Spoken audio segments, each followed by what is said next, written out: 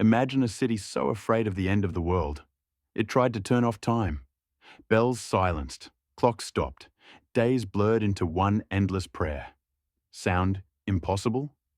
In medieval Europe, people genuinely believed history had an expiration date, and some were willing to bend time itself to escape it. But here's the twist. The closer they looked at their calendars, the stranger things became. Was the apocalypse scheduled or miscalculated?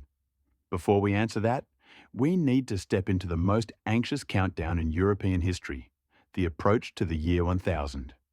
You've heard the myth. Everyone in Europe panicked as the year 1000 approached. But here's the problem.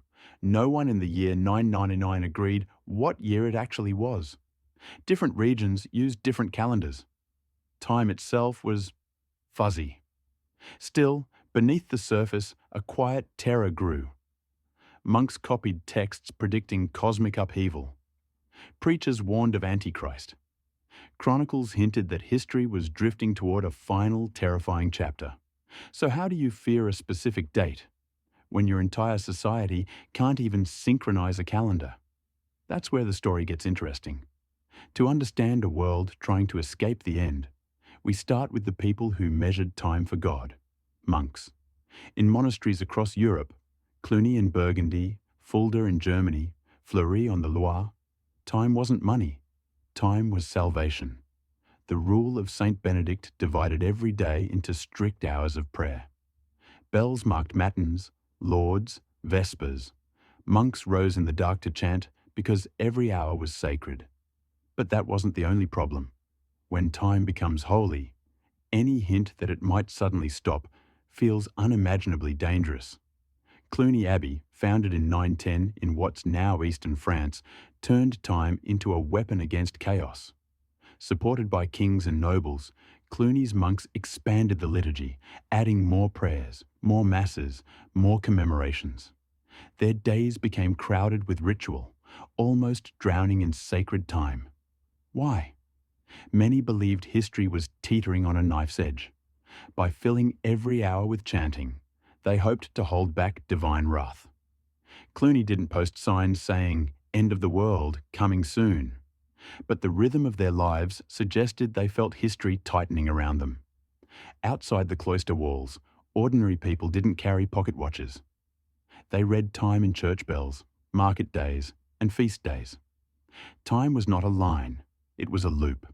Advent, Easter, harvest, again and again. Yet apocalyptic passages from the Bible, especially the book of Revelation, whispered of a final break in that loop. Famines, eclipses, and comets were read as omens. A bad harvest wasn't just bad luck. It might be a countdown. Then something unexpected happened. A growing fascination with dates, numbers, and calculations. An attempt to pin the apocalypse to the calendar. Church thinkers like Augustine of Hippo had warned against predicting the exact end, insisting only God knew the hour. Yet centuries later, some couldn't resist the temptation. They examined biblical phrases like the 1,000 years in Revelation 20 and tried to match them to Christ's birth or to the founding of the church. But chronology was messy. Was Christ born in 4 BC? Was the 6th age of the world nearly finished? Each answer changed the countdown. Rather than one official doomsday, Europe lived inside many competing clocks, all ticking ominously. Some later chroniclers, like the 11th century monk Raoul Glaber, described unusual anxiety around the year 1000 and later 1033, thought by some to mark 1000 years since Christ's crucifixion. He wrote of churches being rebuilt in white robes, as if humanity sensed an approaching climax. Modern historians debate how widespread the fear really was, but scattered evidence, extra penitential practices, mass donations to monasteries, apocalyptic sermons, suggests a mood of spiritual emergency. And in that atmosphere, one radical idea emerged. If time was running out, maybe you could smother it in prayer. Unlike later centuries, there was no city council literally ordering clocks turned off around the year 1000. Mechanical clocks didn't even exist yet. But symbolically, something similar happened. In places like Cluny and other great abbeys, monks stretched the liturgy to fill almost every waking moment. Time was no longer measured to manage work or trade, it was swallowed by ceaseless worship. In effect, they tried to step outside ordinary time to live already in eternity. If judgment was coming, they would meet at mid-chant, suspended in a sacred present. There's another twist. Even as some communities tried to drown time in ritual, others began measuring it more precisely. Monastic complexes used water clocks and sundials to time prayers. Over the 11th and 12th centuries, cathedral schools in places like Chartres refined computus, the science of calculating Easter and the calendar. By tracking lunar cycles and solar years more accurately, they tamed the chaos of time. But greater precision raised unsettling questions. If God worked through a cosmic schedule, could humans decode it? Or would that be the ultimate act of spiritual arrogance? After the year 1000 passed without cosmic catastrophe, apocalyptic fear didn't disappear, it morphed. In the 11th and 12th centuries, charismatic preachers linked current crises, famine, war, heresy, to the approaching end. Some inspired mass movements. The Peace and Truce of God campaigns, for example, tried to limit violence by declaring holy no-war days, carving out islands of sacred time in a brutal world. Once again, time itself became the battlefield. If you couldn't stop history, maybe you could regulate it so tightly that society became less tempting for God to destroy. Then came a truly apocalyptic project, the First Crusade, launched in 1095. Many participants believed they were living in the end times. Some saw the capture of Jerusalem in 1099 as a key milestone in God's cosmic timetable. Chroniclers described miracles, signs in the sky, and prophecies fulfilled. Pilgrims and warriors thought they were hurrying history toward its climax. Instead of turning off time, they tried to accelerate it, forcing the script of Revelation to unfold. But history didn't cooperate. The world kept going, more complicated and violent than before. From the late 13th century, something revolutionary appeared above Europe's city squares: public mechanical clocks. Cities like Strasbourg and Milan installed elaborate clock towers.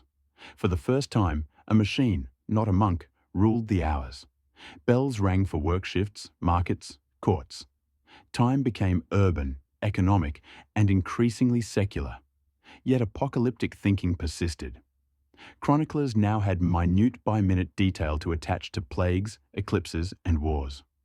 Ironically, the more precisely people measured time, the easier it became to imagine an exact, scheduled apocalypse, a final chime when everything would stop.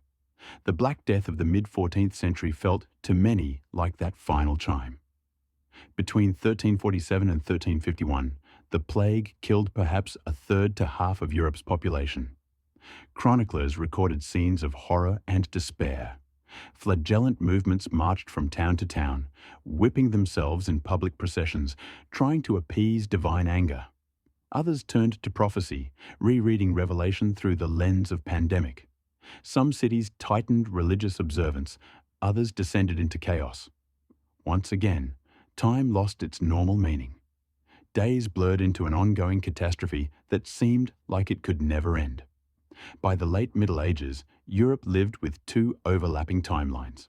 One was practical: clock time, calendar reforms, work schedules, trade routes. The other was cosmic: ages of the world, biblical prophecies, rumored dates for the Antichrist.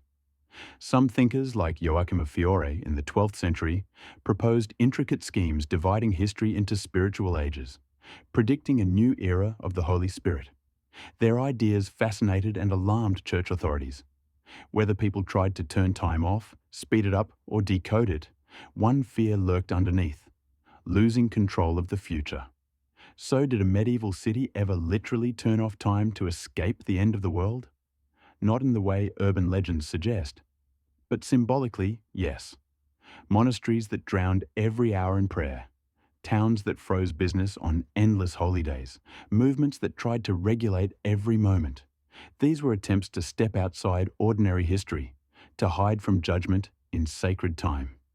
Today, we chase the future with atomic clocks and calendar apps, but the anxiety is familiar.